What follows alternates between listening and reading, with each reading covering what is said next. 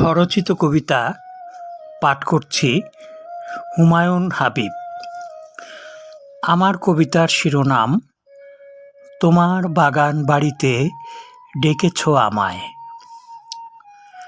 অজ্ঞাত নাম্বার থেকে কল আসলেও আমি রিসিভ করি, কারণ মানুষ তো অচেনা থেকেই চেনা হয়, কেউ কারো চিরচেনা নয়। গত সন্ধ্যায় একটি কল এসেছিল, খুবই চেনা কণ্ঠ। তুমি রহস্য করেছিলে আমার সঙ্গে, ৩৩ বছর পর তোমার কণ্ঠ পাবো ভাবতেও পারিনি মোটে। ১৯৯১ সালে তো মোবাইল ছিল না, ৩.৫ যুগ পর তুমি আমার নাম্বার পেলে কোথায়? আর কেনই বা হঠাৎ স্মরণ করলে? বিস্মৃতির অতল গহ্বরে ডুব দিয়ে মুক্ত দানার মতো জলজলে স্মৃতি তুলে আনলে। কী বা প্রয়োজন ছিল আমাকে কাঁদাবার?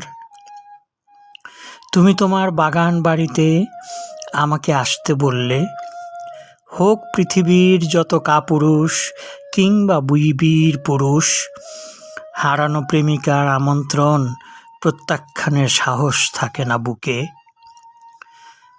কবে, কখন, কোথায়? কাল সকাল ঠিক 10টায়, পুরনো ঢাকা রুয়ারিতে বলদা গার্ডেনের গেইটে।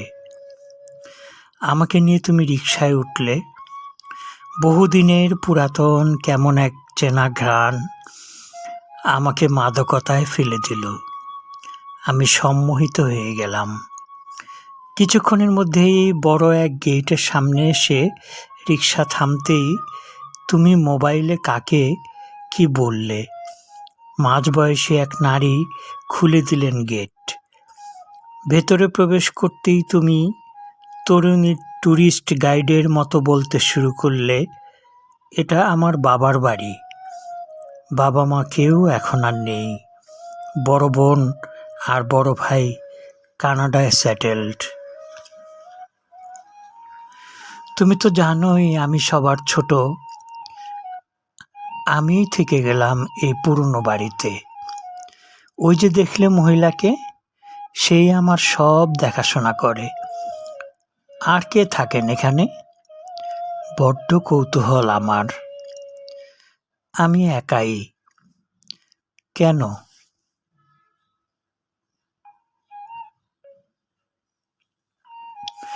মাথা নিচু করে তোমার নীরবতা। সে কি, তুমি কাঁদছো?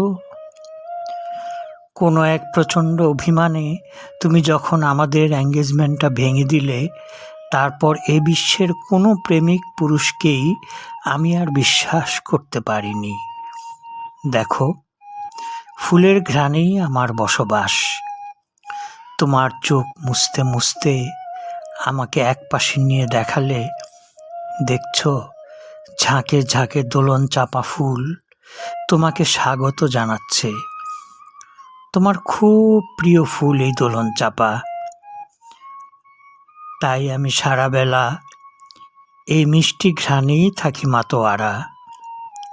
হঠাৎ আমার প্রাণের ভেতর নিজের গন্ধ পেলাম, নিজের ঘরের গন্ধ। পেছনে ফেলে আসা আমার আপন স্ত্রী, কন্যা, পুত্র সবার মুখ ভেসে উঠল, মুচড়ে উঠল গোটা ভেতর বাড়ি। কুহেলি, আজ আমি যাই। চিনে তো গেলাম, আরেকদিন আসবো, শুনবো এবং শোনাবো। তুমি নির্বাক নিথর তাকিয়ে থাকলে। আমার তখন রবি ঠাকুরের পোস্টমাস্টার গল্পের রতনের কথা মনে হচ্ছিল। পোস্টমাস্টার ভাবছিলেন, নৌকার পালে তখন হাওয়া লাগিয়াছে, ফিরিয়েই বা ফল কি, পৃথিবীতে কে কাহার।